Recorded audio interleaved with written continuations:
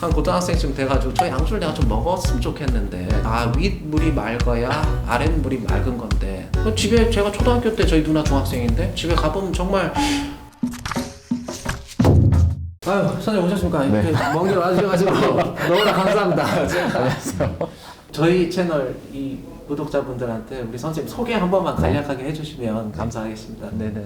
안녕하세요. 저는 국내 유튜브에서 인터뷰를 주로 하고 있는 국내 유튜브 빨대 테티어라고 불리고 있는 페레레스라고 합니다. 반갑습니다. 감사합니다. 사실 제가 알고 있습니다. 네. 주로 이렇게 게스트를 초청하셔가지고 네. 그 이야기를 경청해 주시고 그로부터 이제 우리 구독자 시청자분들께서 뭔가 이렇게 생각하실 수 있도록 그런 장을 많이 마련해 주신다고 제가 알고 있는데 이렇게 또 안 오실 줄 알았어요. 근데 와주셔가지고 너무나 먼 길 와주셔서 네. 감사하고 우리 선생님께 지금 연배가 실례지만 81년생이요. 81년, 뭐 제가 지금 31인데 맏형이 지금 83년생이니까 네. 그래도 우리 선생님보다 2살이 네. 어리거든요. 제가 형한테 가서 형 뭐 고민 상담 있으면 나한테 이야기해봐 내가 좀 해줄게 하면 좀 헷가닥한 걸로 알 것 같아요.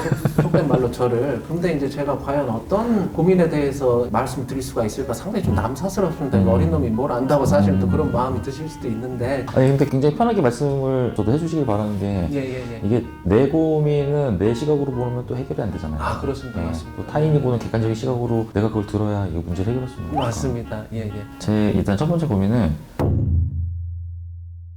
혹시 자녀분 성별이라든지 이제 연령대가 그럼 어떻게 되시는지? 저는 딸, 아들, 딸이고요. 나이는 18살, 10살, 9살. 저는 이제 결혼, 출산 아까 말씀드렸다시피 경험이 없다 보니까 제가 이제 상당히 고민을 했습니다. 제가 고민 상담소인데 제가 고민을 상당히 많이 했습니다. 제가 고민을 드렸네요. 고민을 저한테 주셔가지고 저도 이제 제가 3남매 중에 막내거든요. 그러니까 저희 형이 저랑 한 10살 터울이 있고 저희 누나가 저랑 또 한 8살 정도 차이가 나고 그래서 제가 가만히 생각해보니까 저희 누나가 상당한 어떤 피부의식을 갖고 있는 것 같아요. 이 장자는 나름대로 그 의미가 있고 막둥이는 또 이게 늦게 봐놓고 또 막내다 보니까 그냥 마냥 뭔 짓을 해도 귀엽고 그러다 보니까 제가 지금 약간 이렇게 좀 부모적으로 많이 써이고 이렇게 됐는데 중간에 있는 자녀에게 의도적으로도 이렇게 좀 신경을 좀 써줄 필요가 있지 않은가 하는 생각이 들고요. 제 어렸을 적을 생각을 해보면 이게 이제 윗물이 맑아야 아랫물도 맑다 이런 이야기를 우리가 이제 뭐 속담에서 많이 하는데 그게 또 제가 이제 경험을 해보고 느껴보니까 틀림없는 말인 것 같은 게 제가 10살 터울이 나는 형이 있는데 제가 유치원 다닐 때 형이 고등학생인데 이제 저한테 늘 하는 얘기가 너 몇 시 돼서 유치원 갈 시간 되면 나와 나 요 앞에 있을 테니까 나가 보면은 이제 오토바이를 타고 와요 형이. 오토바이도 그냥 오토바이가 아니야. 어디서 그런 걸 구해하는지 모르겠는데 막 250cc짜리 그런 막 미라지 같은 이런 오토바이를 타고 와요. 그리고 항상 머리 이렇게 올백하고 저는 근데 어린 마음에는 아 형이 참 멋있다 그런 생각이 들더라고요 제가. 그리고 막 담배 피고 오토바이 타고 가면서 저한테 물어봐요. 야 형아 멋있지 않냐? 그러면 저는 형 너무너무 멋있어. 그런 걸 늘 이제 제가 보고 자라고 하다 보니까 저는 그게 아 저게 당연한 거구나. 그러니까 저도 자연스럽게 그러면서 나는 형보다 좀 더 나은 사람이 되기 위해서 형보다 좀 더 빨리 해야지. 그다음에 저는 막 중학교 때부터 그러고 다니고 저희 누나도 마찬가지고. 그 집에 제가 초등학교 때 저희 누나 중학생인데 집에 가보면 정말 지금 생각해보면 영화 무슨 써니인가요? 그런데 나오는 막 누나들이 와가지고 전부 막 머리가 막 뭐 무슨 데프콘처럼 돼 있어가지고 뭐 네가 뭐 누구 동생이야 하면서 막 볼 잡아 당기고 그리고 이제 뭐 저희 아버지 옛날에 보면 그 장식장에 이렇게 그 술 제가 별 얘기를 다 하네요. 근데 장식장에 이제 술 아주 기가 막힌 술들 있지 않습니까? 양주 같은 거 어디 해외 출장 갔다가 막 꼬냑 이런 거 진짜 외국에서 저희 아버지가 배치도를 그려놨어요. 그거를 양주가 뭐가 어디 있는지 그림으로 이제 다 그려놓은 거죠 그거를. 그래서 제가 나중에 이제 한 고등학생쯤 돼가지고 저 양주를 내가 좀 먹었으면 좋겠는데 좀 좋은 술을. 그래서 제가 큰 맘 먹고 하나를 이제 꺼내가지고 먹고 이제 병만 다시 갖다 놓으면 뭐 이제 뭐 그렇다고 날 죽이진 않겠지 하는 생각이 들어서 친구들하고 이제 전부 불러가지고 병을 따고 따랐는데 이게 술 냄새가 아니에요. 그 안에 이제 뭐 간장두가 이제 이런 걸 넣어놓은 거예요 거기다가 이제 그 양주 색깔 비슷하게 그 물에다 이제 좀 타가지고. 그 제가 나중에 보니까 저희 형하고 누나가 전부 자기들이 먼저 이제 갔다가 그 병째로 갖다 없앨 수는 없고. 그랬을 때 제가 나중에 이제 생각을 해보니까 아 윗물이 맑아야 아랫물이 맑은 건데 내가 늘 그런 것을 보고 자라다 보니까 저게 내가 당연하다고 생각을 했구나. 그러니까 이제 저희 형 누나도 지금은 이제 다 나름대로 살 길을 찾아서 잘 이렇게 살아가고 있지만 어렸을 적에 이제 약간 그 윗물을 항상 맑은 윗물이 되어서 그것이 아래로 내려가서 흙탕물이 되지 않게끔 잘 조율해 주는 것도 사실은 부모의 역할이고 우리가 다 사실은 부모가 되기 전에 자식이 아니었다가 부모가 된 사람은 아무도 없는데 자녀의 관점에서 세상을 바라볼 수 있도록 지속적으로 노력하는 거 그것이 어떻게 보면 지혜롭고 현명한 부모의 교육법이 아니겠는가 제가 생각할 때는 이제 일단 첫째로 그런 생각을 좀 해봤습니다. 그다음 또 궁금한 게 예. 저는 경제관이라고 하는 것이 가장 근본적인 그 어떤 그게 태동하는 것은 내가 뭔가를 갖고 싶다 하는 마음으로부터 물질적인 거 거기서 태동을 한다고 생각을 합니다. 그 어떤 부모는 그런다고 하더라고요. 일부러 집안이 이렇게 좋은 경제적으로 훌륭한 어떤 그런 경제력이 있지 않음에도 불구하고 1년에 한 번씩 아이들을 다 데리고 어떤 그 뭐 5성 1류 호텔에 가서 식사를 한다는 거예요.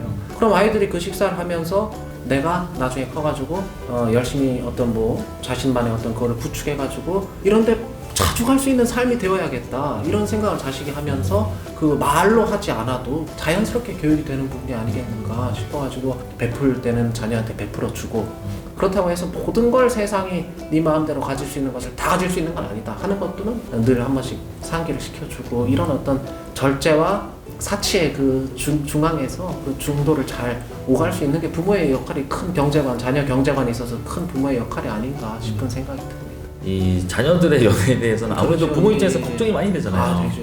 사실은 이제 우리 동양에서는 이제 인연을 얘기할 때 고무신도 다 짝이 있다 그러고 지나가다 정말 옷깃만 스쳐도 인연이라고 하는데 자녀들한테 자유로운 경험을 하고 많은 사람을 편견 없이 만날 수 있도록 그게 옳다는 것을 상기는 시켜주되 자녀가 이것을 부모가 지나치게 간섭한다고 느끼지 않는 수준에서 그 범주에서 간헐적으로 한 번씩 이 환기시켜줄 필요는 있지 않을까. 자녀가 이제부터 만들어 나가는 이 인간관계에 대해서는 부모가 어떤 정도의 역할을 해줘야 되는지 자녀가 처음에 사람을 사귀기 시작할 때 있어서는 그 사람의 있는 그대로의 본질을 볼 수 있도록 그래서 나름의 각자의 개성을 존중해가고 그것을 잘 조화시켜 나감으로써 앞으로의 친구 관계도 그렇게 형성되어 갈 수 있도록 그 안목을 키워주는 거 그게 부모의 큰 역할이 아닌가 싶은 생각이 듭니다. 예.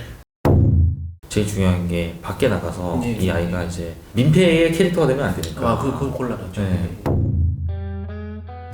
이게 좀 동양만의 좀 고유한 시각이긴 한데 인성을 나눠놨어요 두 가지로. 그래서 본연지성이 있고 본연지성 선생님께서 말씀하신 내가 하늘로부터 부여받은 태어날 때부터 타고난 천성이고 기질지성이 있다고 또 해놨거든요. 근데 이 본연지성은 본성은 바뀌지 않는다. 사람이 본성은 안 바뀌는데 기질은 바꿔줄 수가 있다는 거예요. 기질은 조금 소심하고 그런 애라도 기질을 계속해서 야 너 가서 어디 뭐 발표도 좀 해보고 계속 그런 걸 하다 보면은 기질은 조금 외향적인 기질이 들어올 수가 있다는 거예요. 그랬을 때 이제 본성을 정확하게 캐치를 해서 자녀한테 이 본성적으로 이런 게 좀 부족한 면이 있다 한다면 그걸 좀 기질로 보완을 해준다든지 아니면 제 본성이 저런 거 참 괜찮은데 저거를 더 살려줬으면 좋겠다. 그럼 기질로 거기다가 이제 더 첨가를 해준다든지 본연지성과 기질지성의 시너지 효과를 도모할 수 있게끔 잘 발전시켜 주는 방향으로 교육시키는 게 그게 첫 번째 부모의 큰 어떤 임무 같고요. 저는 교육은 유학으로 시키는 게 맞다고 생각을 해요. 공자가 이제 정명론을 이야기한다는 거예요. 이거 아주 유명한 내용이니까. 그러니까 군군, 신신, 부부자자다. 그래가지고 이제 임금은 임금답게, 아버지는 아버지답게, 신하는 또 신하답게, 자식은 자식답게. 그러니까 각자의 어떤 상황과 위치에서 자신의 본분에 충실한 거. 그게 인성교육의 어떤 기본이 되는 것이 아니겠는가 싶은 생각이 듭니다.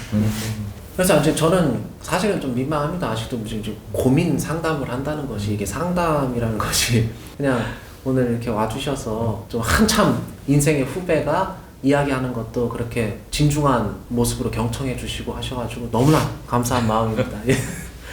이게 한자 보면 아니에요. 뭐 이렇게 나는 저랑 그렇게 많이 생각하는 게 제가 너무 그랬나? 자꾸 어려지고 싶은 거 같은데. 네가 뭐 누구 동생이 하고서 막 볼 잡아 당기고 제 입장에서도 아까 말씀드린 건데 부모로서 어떻게 할 것인가만 저도 고민을 해서 생각을 해봤지 자식은 어떤 부모를 원할까에 대해서는 사실 그렇게 많이 생각해 본 적이 없는 것 같아요. 그 부분에 대해서 제가 오늘 가장 크게 깨달은 바가 크고 그리고 그 외에도 말씀하신 여러 부분에 대해서도 일반적으로 알고 있는 거 말고도 이렇게 생각할 수 있구나라는 거를 오늘 되게 많이 얻어가는 것 같아요. 아 그렇다고 한다면 정말 나름대로 의미 있고 성공적인 상담이 아니었는가. 저한테 굉장히 의미가 있었어요. 아 그렇습니까? 너무나 뿌듯합니다 오늘 제가. 선생님 오늘 이렇게 와주셔서 너무나 감사합니다. 제가 감사하죠. 고맙습니다. 아유, 너무 감사합니다.